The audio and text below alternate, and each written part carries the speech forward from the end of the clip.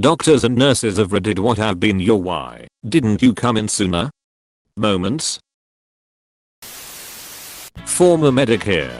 Called to a patient who had cut their leg while chopping wood about a week prior and now it was really itchy. Old gentleman.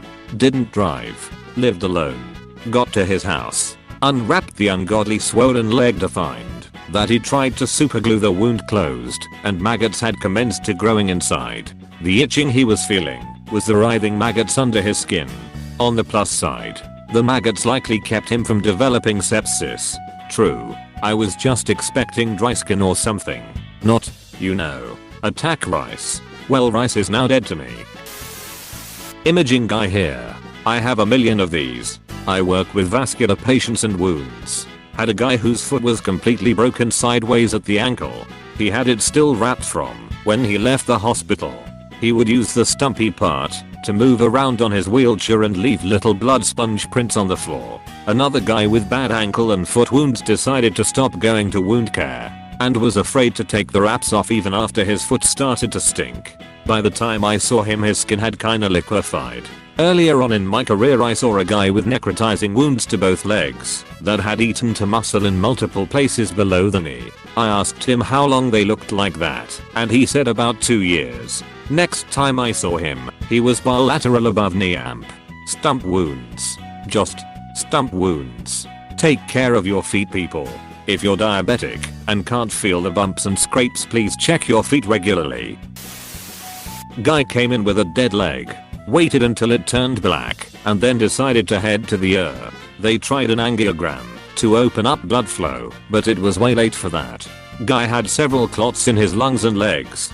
Undiagnosed atrial fibrillation. He couldn't believe we were going to amputate.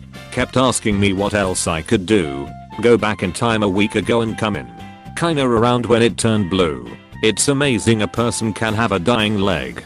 Blood clots, which I get he might have never noticed that one, plus a heart condition and still not feel the need to go to an ER at the very least. When you have diabetic nerve damage, the limb death doesn't hurt. As a result, you look at your blue toe and think it will get better. Then it turns black and look at your blue foot and think it will get better. Then you look at your black foot and a blue leg and think it will get better. You finally come in when loss of use of your leg is the issue. Edit. Diabetics. Check your toes daily. If they look discolored for any reason, go in. Years ago as a nursing assistant on an oncology floor we had a guy admitted because he had had an erection for several days and had lost the ability to pee. His bladder was close to bursting and his poor junk was, think microwaved hot dog, really bad. But none of that was as interesting as the fact that this guy had untreated skin cancer on his nose for several years that had over time become infected, developed MRSA, and spread across his face. He had no nose, no cheek, and no eye on one side of his face, and was starting to lose his other eye. You could see part of his fucking skull. I don't know why he chose to leave it untreated, and I have no idea how long it took to get that bad. But I will never ever forget the smell and texture of his rotting face. On the upside, we were eventually able to convince him to have reconstructive surgery. He ended up getting a skin graft that covered up his eye, nose and cheek. So, if you ever meet a very grumpy dude with nothing but a mouth and one eye, know that this is way better than the alternative. This happens all the time. People have a big stroke at home and can't move an entire side of the body. They wait several days thinking it's a flu or something. Nope, not the flu. Just a large clot in the brain that could have been reversed if you came in right away. In the case of a stroke, they might also not be able to even recognize the severity of the symptoms, or even be able to appreciate that the paralyzed body parts are their own. I was an EMS supervisor for a while, and once ran on a patient with classic stroke symptoms, sudden onset one side paralysis. She was still able to talk, though, and insisted that she neither needed nor wanted to go to the hospital. That was why I, as the supervisor, had been called. The paramedics on the scene, good paramedics, knew they were treading that thin line between necessary transport and the patient's stated desire to not be transported. So I talked with the patient for a little bit and ran into the same problem. So I touched the patient's good leg and asked her if she could feel that. She said yes. Then I touched her bad leg and asked if she could feel that. She said no. I asked her if she could tell me why she couldn't feel it, and she replied that it wasn't her leg. I knew she needed to be transported, and that reply was all I needed. I told the medics that they could transport her because obviously her mental acuity was impaired to the point that she was unable to make informed judgments on her own care. I made sure they knew that that was the way to write the report too. And once we started to load her up, she provided no resistance at all, which is pretty much what I expected. Never got any word back on how she did, but also never had that decision come back and bite me in the ear. This has happened a few times, actually, but I had a gal come in on Monday after being discharged from the hospital Friday after giving birth. So basically, we tell ladies to avoid intercourse until a doctor clears you. And well, her spouse kept insisting that Friday night she caved and let him go to town. He wound up tearing some stitches that were placed and bleeding like a stuck hog all weekend long. Came into our clinic, blew in the lips and fingers, and her hemoglobin was 4. Normal should be 12, 15. She didn't wanna be a bother, so she waited until she started feeling dizzy all the time. She got another trip to the hospital for transfusion and repair for that. But, like I said, this isn't the first time I've seen that. So for the love of God, if homeboy's begging for it after you just had a baby, maybe he needs a lesson in self-control and a bottle of moisturizer.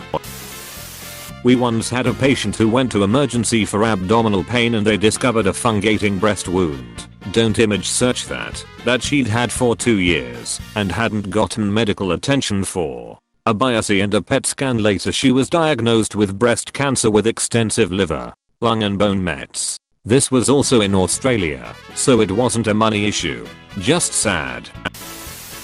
I've seen a few over the years, and they generally fall into the category of "if it's not diagnosed then I can't have it," or "I didn't think it was that bad." As a medical student I remember an older lady that had a breast that was necrotic and falling off. It had been progressing over the last several years, but if she didn't get diagnosed with breast cancer, then she couldn't have it. In the other category I've seen a few cases of hernias gangrene, pretty much obese, male diabetics that had a pimple/sore that started in the pubic region. By the time they come to the hospital it's a raging infection, where the treatment is basically to cut away everything in the pubic/groin region down to the muscle layer. That little sore didn't seem like much at first. Once had an older lady call in wanting a prescription for pain meds because she was sure she had shingles. Said her neighbor had them and she was sure that's what it was.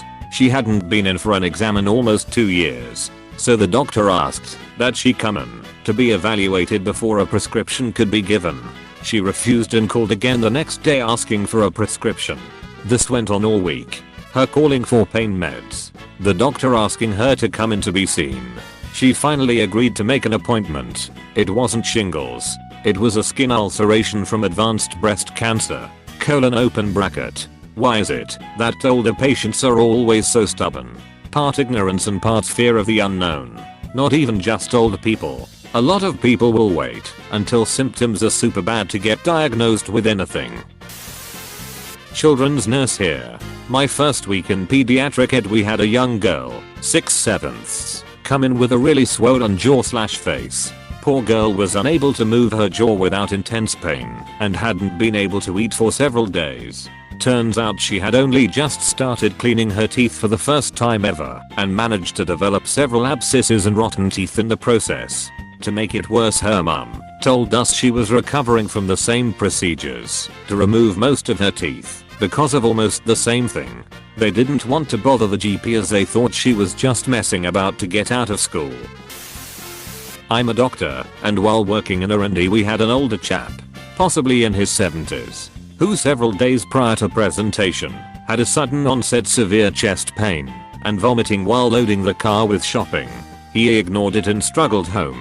The next day he started to lose the use of both legs, and by the time he came to hospital had been crawling around his house for several days because he thought it would get better. He had had a major cardiac event, developed a clot which his heart had pumped out. It went down his body, broke in half, and blocked off the blood supply to both legs.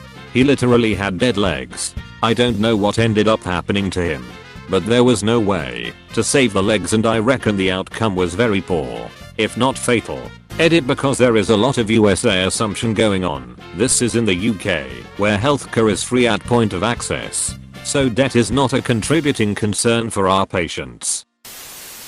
I work in orthopedics. A very common occurrence is a patient is told to follow up within the week. We like to see fractures between 5 to 7 days, and the patient will call on the 6th day and say, I broke something and need to be seen tomorrow. This is frustrating because we very rarely have the ability to get a patient in next day, and if they had called the day or the day after, then we definitely could have gotten them seen.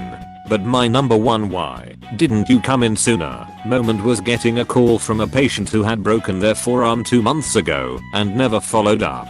I got them scheduled. They no-showed their appointment. Rescheduled. They no-showed. Second reschedule. They arrive with a very obvious deformity to their arm due to the fracture healing incorrectly. If they had just come in, it wouldn't have been an issue at all. Blows my mind that they went almost 3 months without care. Had a patient brought in by her son, who took care of her. When she arrived to our unit, I performed a skin assessment, took off her socks, and found a fallen off gangrenous toe. Seems fake and I wish this was, but it was by far the nastiest thing I've witnessed. Son said he had no idea when his mother's foot became that bad. No words. Elderly woman fell at home and broke both femurs. Son thought she just needed to rest, so he carried her to her bed. She laid there in her own filth for 3 days before anyone called 911. The son lives with her, and there's family next door as well. How? Why?